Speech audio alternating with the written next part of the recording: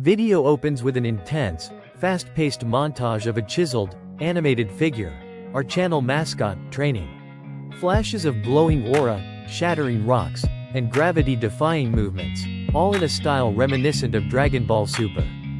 The music is epic and orchestral, building to a crescendo. The music abruptly cuts. We see the figure standing still, eyes closed, breathing slowly. A faint, silver aura begins to shimmer around him. The screen is silent for a beat. Phase 1. The hook. There's a prison you live in. It has no bars. No walls. No guards. In fact, it's invisible. But it is the most secure prison ever designed, because you are both the inmate and the warden. You know the feeling. You're standing on the edge of a great performance. A crucial presentation, a championship game, a difficult conversation. You have practiced. You have prepared. You have done everything right. But in the final moment, your mind, which should be your greatest ally, becomes your most vicious enemy. A storm of thoughts erupts. What if I mess up? Are they judging me? Don't forget that one specific detail. Remember what happened last time. Your body tenses. Your breath shortens. The perfect plan you built in your mind crumbles into 1,000 hesitant, clumsy actions. You are trapped in what I call the cage of calculation. It's the paradox of the modern mind. The more you think, the worse you perform. The harder you try to force the outcome, the more it slips through your fingers. But what if I told you there was a key? A state of being so profound, so powerful, that the cage itself dissolves into light? A state where the body moves before the mind can even form a thought. A state of perfect action, perfect instinct. In this session, we are not just going to talk about this state. We are going to deconstruct it, understand its philosophy, and forge a practical, step-by-step guide to help you unlock it. Today, we delve into the philosophy of the gods, the technique of angels. We are learning the secret of ultra instinct, and turning it into your real-world guide to the legendary flow state. The figure's eyes snap open, revealing silver irises. The silver aura explodes outward, and the epic music slams back in as the video title appears on screen. The philosophy of ultra instinct. A practical guide to the flow state. Phase 2. The problem. Let's go deeper into that cage. Let's examine the cold steel of the bars you've unknowingly forged for yourself. You've felt it. You're a public speaker. You've memorized your speech. You know the material cold. Backstage, you can recite it in your sleep. But the moment you step into the spotlight, the words turn to ash in your mouth. Your mind is no longer focused on the message, it's focused on the act of speaking. You're monitoring your tone, your posture, your audience's reactions. You're thinking about talking instead of just talking. And the connection, that beautiful, seamless flow of ideas you had, is gone. It feels clunky, robotic, inauthentic. Or maybe you're an athlete. In practice, you're a god. Your movements are fluid, intuitive. You don't think, you just do. But in the championship game, with the clock ticking down and the pressure mounting, you start to second guess. You aim the shot instead of just taking it. You brace for the tackle instead of flowing around it. Your body, which was once a finely tuned instrument, suddenly feels like a clumsy puppet, and your conscious mind is the panicked, incompetent puppeteer pulling all the wrong strings. This is the cage of calculation. It is the curse of the expert, the burden of the prepared. The very intelligence that allows you to learn and strategize becomes the saboteur that ensures your downfall when it matters most. Your mind becomes a committee of critics, debating every single move. One part of your brain is trying to execute the action, while another is simultaneously grading it, another is worrying about the consequences, and yet another is replaying past failures on a loop. This internal noise is deafening. It creates a lag, a split second of hesitation between impulse and action. In a conversation, this hesitation creates awkwardness. In a sport, it's the difference between victory and defeat. In a fight, it's the opening your opponent has been waiting for. But here is the hidden cost, the true tragedy of the cage. It's not just about underperforming. The real damage is that it teaches you to distrust yourself. Every time you choke, every time you freeze, you reinforce a devastating belief that your instincts are wrong, that your body is unreliable, that you are not enough when the pressure is on. This belief becomes a self-fulfilling prophecy. You start to rely on overthinking as a safety mechanism, not realizing that it's the very thing causing the crash. You build the walls of your cage higher, reinforce the bars, believing you're making yourself safer, when all you're doing is ensuring you can never, ever fly. This cycle of self-doubt and over-analysis is the single greatest barrier to reaching your potential. But today, we break that cycle. Today, we learn to get out of our own way. Phase 3. The solution in the grand cosmic saga of Dragon Ball, the most powerful warriors in the universe, gods of destruction, celestial angels, all bow to one state of being. It is not a brute force power-up. It is not about screaming louder or flexing harder. It is a state of sublime consciousness called Migatte no Gokui, or Ultra Instinct. The hero, Goku, a martial artist who has spent his entire life pushing his physical limits, discovers that his final barrier is not his body, but his mind. He learns from his angelic teacher, Whis, that to reach the next level, he must stop thinking. Let that sink in. The path to ultimate mastery was to abandon the very tool he had used to get there, conscious thought. Ultra Instinct is the philosophy of a quiet mind and an awakened body. It is the art of unchaining your physical form from the slow, ponderous bureaucracy of conscious decision-making. When a user enters this state, their body is no longer a tool directed by the mind. The body becomes its own intelligence. It dodges, it strikes, it moves, all without a single command from the brain. It reacts perfectly and instantaneously to the flow of battle, because it is no longer being filtered through the clumsy process of thought, fear, and ego. This might sound like mystical fantasy, but it is a profound principle grounded in reality. In psychology, we call it the flow state, or the zone. It is a state of peak performance where you are so immersed in an activity that everything else disappears. Your sense of self vanishes. Time distorts. And your actions flow with a grace and efficiency that feels almost supernatural. Let's break down the philosophy of Ultra Instinct into 3 core principles that you can apply to your own life. Principle 1. The abdication of the conscious mind. Imagine your conscious mind as a king sitting on a throne. He's brilliant at strategy, at planning, at long-term vision. But he is a terrible battlefield soldier. He's too slow, too indecisive. He overthinks. Your body, on the other hand, is your greatest general. It has been trained for years. It knows the terrain. It has fought 1,000 battles in practice. Ultra Instinct is the moment the king finally understands his own limitations. He voluntarily steps down from the throne during the battle and says to his general, "You have command. I trust you." It's not about destroying the king. It's about understanding his proper role. The conscious mind is for practice and preparation. The subconscious and the trained body are for performance. Principle 2. The primacy of the present. The cage of calculation is built from 2 materials: anxiety about the future and regret from the past. What if I fail? Is a question about the future. I always mess this up is a statement about the past. Ultra Instinct can only exist in the razor-thin, shimmering space of the now. It is pure, unadulterated presence. The body cannot dodge a punch that is coming tomorrow, nor can it block one that was thrown yesterday.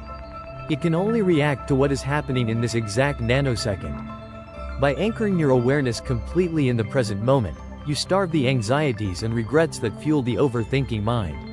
The cage dissolves because the materials used to build it have turned to dust. Principle 3. Trust forged in fire. This is the most critical and often misunderstood principle. Ultra Instinct is not a magic trick. You can't just empty your mind and expect to become a master pianist if you've never touched a piano. The trust the king places in his general is not blind faith. It is earned trust. It is trust forged in the fires of 10,000 hours of grueling, deliberate, and mindful practice. Your body can only move without thinking if the patterns of excellence have been burned into its very nervous system. The instinct is not a random guess. It is the culmination of 1,000,000 correct repetitions, now running on autopilot. You let go of the controls because you have spent years building a flawless automatic navigation system. The surrender is the final step, not the first. Think of it like this. A master sculptor doesn't measure and calculate every single tap of the chisel. His hands, guided by years of experience, know the stone. They feel the way it will break. They move in a dance with the material. He is not thinking, I will now strike the chisel at a 37-degree angle with 12 newtons of force. He is simply revealing the statue that he already feels inside the marble. That is the essence of ultra instinct. It is the removal of the self to let the art, the skill, the pure action, flow through you. Now, let's get practical. How do we take these grand principles and turn them into a discipline? How do we start practicing the art of letting go? Visual. The scene shifts to a clean, minimalist dojo environment. The animated figure is now demonstrating the steps as they are described. Phase 4. The application. Alright, limit breaker. Theory is the map, practice is the journey. Here is your 4-step practical guide to building the foundations of your own ultra instinct. These are not quick fixes. They are training drills for your mind, your spirit, and your body. Practice them with the same intensity you bring to your physical training. Step 1. The ritual of release. Your mind is like a wild stallion, powerful, but chaotic. You cannot tame it by force. You must gentle it. Before you engage in any performance-based activity, you must create a clear, defined ritual that signals a transition from the thinking self to the performing self. The most powerful tool for this is the breath. Here is your technique. Box breathing. It is used by Navy SEALs, elite athletes, and master meditators to calm the nervous system and silence mental noise. Find a quiet space, just for 2 minutes. Before the meeting, before the game, before you sit down to write. Sit or stand upright. Gently close your eyes. Inhale slowly through your nose for a count of 4. Feel the air fill your lungs completely. Hold your breath for a count of 4. Be still. No tension. Exhale slowly through your mouth for a count of 4. Feel the tension leaving your body. Hold the exhale for a count of 4. Rest in the emptiness. Repeat this cycle for 2 to 5 minutes. Do not treat this as a chore. This is a sacred act. This is you, the king, formally handing the reins over to the general. You are consciously telling your frantic, calculating brain, thank you for your service and preparation. Your work is done. It is time to be quiet now. This ritual, when practiced consistently, becomes an anchor that pulls you out of the storm of thought and into the calm eye of the present moment. Step 2. Isolate the signal. You cannot simply will your mind to be empty. Telling yourself, don't think, is like telling yourself, don't think about a pink elephant. It's impossible. Instead of trying to create a vacuum, you must give your conscious mind a simple, boring job to do. You must give it a focus anchor. An anchor is a single, continuous, sensory input that you tether your awareness to. If you're a runner. Your anchor could be the rhythm of your own breathing, or the feeling of your feet striking the pavement. 1, 2, 1, 2. If you're a musician, it could be the physical sensation of your fingers on the strings or the keys. If you're a writer, it could be the sound of your fingers tapping on the keyboard. Just that simple, rhythmic click-clack. If you're a speaker, it can be the face of a single, friendly person in the crowd. Your entire world shrinks to that one point of connection. Here is the exercise. The next time you practice your skill, identify your anchor beforehand. Begin your activity, and the moment you notice your mind wandering into the cage of calculation, worrying, judging, planning, gently, without frustration, guide your attention back to your anchor. Think of your mind like a puppy. It will wander off. Your job isn't to scold it, but to gently call it back. Oh, we're thinking about the outcome again. Let's come back to the breath. Let's come back to the sound of the keys. Each time you do this, you're performing a mental bicep curl. You are strengthening your ability to control your focus, to filter out the noise and lock onto the signal. Step 3. Embrace good enough. Perfectionism is the architect of the cage. It is the tyrannical voice that screams that anything less than flawless is a total failure. This voice paralyzes you. Ultra instinct is not about perfection, it is about adaptation. It is about the right move at the right time, which is often messy and imperfect but always effective. You must train your nervous system to be comfortable with imperfection. Here is your drill. Deliberate depressurization. During your practice sessions, and this is key, do this in a low-stakes environment. I want you to intentionally introduce small, meaningless errors. Asterisk if you're practicing a piece of music. Play a wrong note on purpose, and without stopping or flinching, continue the piece as if nothing happened. If you're lifting weights, use 95% perfect form on one representative instead of obsessing over 100%. If you're rehearsing a presentation, intentionally stumble over a word, pause, smile, and carry on. The goal here is not to become sloppy. The goal is to break the emotional link between a minor mistake and a catastrophic sense of failure. You are teaching your ego that the world does not end when things aren't perfect. You are building resilience. You are learning to flow through your mistakes instead of being stopped dead by them. This loosens the grip of fear and allows the intuitive, adaptive self to emerge. Step 4. The repetition engine. This is the foundation upon which everything else is built. Trust. The reason you can let go of the controls is because you know, on a cellular level, that the system works. That trust is built through one thing and one thing only: massive, intelligent repetition. But not just any repetition. Not mindless grinding. It must be deliberate practice. Here is the method. Component isolation. Asterisk deconstruct your skill. Break it down into the smallest possible fundamental movements or concepts. A golf swing isn't one move. It's the grip, the stance, the backswing, the hip rotation, the downswing, the impact, the follow-through. Isolate one component. Dedicate entire practice sessions to mastering just one asterisk of those tiny pieces. For a whole week, your only goal might be to perfect your grip. Asterisk drill it until it's subconscious. Practice that single component with intense focus, over and over and over, until you no longer have to think about it. Until it feels as natural as breathing. You are not just practicing. You are encoding the movement into your muscle memory and nervous system.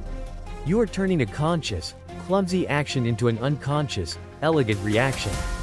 You do this with every single component, one by one. This is the hard, unglamorous work that forges the instinct in ultra instinct. It's how the general learns the art of war before the king ever sends him into battle.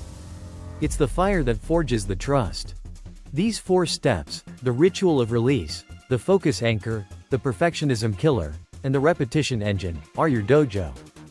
They are the training grounds for your mind. They are how you begin to dismantle the cage of calculation, bar by rusty bar. Visuals transition back to the epic, cosmic style. We see Goku in his ultra instinct form, effortlessly dodging a storm of energy blasts from a powerful opponent like Jiren. Phase 5. The proof. Does this philosophy truly work when the stakes are highest? Let us return to the crucible of the tournament of power. Goku does not achieve ultra instinct through meditation in a quiet room. He doesn't unlock it by trying harder or by wanting it more. It awakens in him out of sheer, absolute necessity. He is facing an opponent, Jiren, who is so fast, so powerful, that the act of thinking is a death sentence. The time it takes for his eyes to see a punch, for his brain to process it, and for his mind to send a signal to his body to dodge, is too long. He is being defeated by the speed of his own nervous system. He has pushed past his limits. His energy is gone. His strategies have failed. He has nothing left. And in that moment of complete surrender, when he is forced to let go of everything, his thoughts, his fear, his very will to control the fight, it happens. His body takes over. It begins to move on its own, fueled by a lifetime of training. It dodges attacks that his mind cannot even perceive. This is the ultimate proof of the concept. Under extreme pressure, the trained body is infinitely more capable than the panicked mind. Goku's greatest strength wasn't a new energy blast. It was the humility to finally trust the vessel he had spent his entire life building. He had to abdicate the throne to win the war. This isn't just anime logic. It's human psychology. The pioneering psychologist Mihaly Csikszentmihalyi spent his life studying this phenomenon. He interviewed thousands of people at the top of their fields: surgeons, rock climbers, chess grandmasters, poets, scientists. And they all described the same experience when they were performing at their absolute best. They called it flow. They described a state where they felt in the zone, where their actions and their awareness merged. Their sense of self, with all its worries and insecurities, simply vanished. Time would either speed up or slow down. They felt a sense of effortless control, as if their skills were flowing out of them without conscious effort. And paradoxically, they reported these being the most challenging, but also the most meaningful and enjoyable moments of their lives. Csikszentmihalyi proved that what Whis taught Gokui is a fundamental truth of human potential. The state of peak performance is a state of non-thought. It is a state of deep presence, where the barrier between you and the activity dissolves. The legendary martial artist Bruce Lee built his entire philosophy, Jeet Kune Do, around this idea. He famously said, "The consciousness of self is the greatest hindrance to the proper execution of all physical action." He spoke of being, like water, adapting, flowing, and moving without a fixed plan. He wasn't just talking about fighting. He was talking about a way of life. The logic is irrefutable. Your prefrontal cortex, the thinking part of your brain, is a modern marvel of evolution. It allows for complex planning, language, and abstract thought. But it is neurologically slow. Your cerebellum and motor cortex, the parts that control movement and learn skills, are lightning fast. The cage of calculation is what happens when you try to route a high-speed task through the slow, analytical part of your brain. It creates a bottleneck, a traffic jam. The techniques we've discussed are a system for clearing that traffic. They are neurological and psychological tools designed to quiet the slow-thinking cortex and unleash the lightning-fast, intuitive power of the rest of your brain. It is not magic. It is the science of getting out of your own way. Phase 6. The call to action. The cage of calculation is a formidable prison. But you now hold the keys. You have the philosophy, and you have the training manual. The only thing left is the will to practice. The discipline to step into the dojo every single day, not just to train your body, but to train your mind to trust it. The path to ultra instinct, to the flow state, is a journey of 1,000 small surrenders.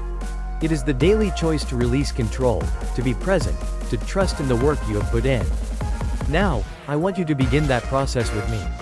In the comments below, I want you to answer this one question. What is the one activity in your life where you have felt a glimpse of this state? Was it playing a sport? A video game? Coding? Cooking? A moment where time melted away and you just acted? Share it. Let's build a library of these moments together, to remind ourselves that this state is not a myth. It is within all of us. And if you are ready to continue this journey, to break every limit placed upon you, by the world, and by yourself, then you belong here.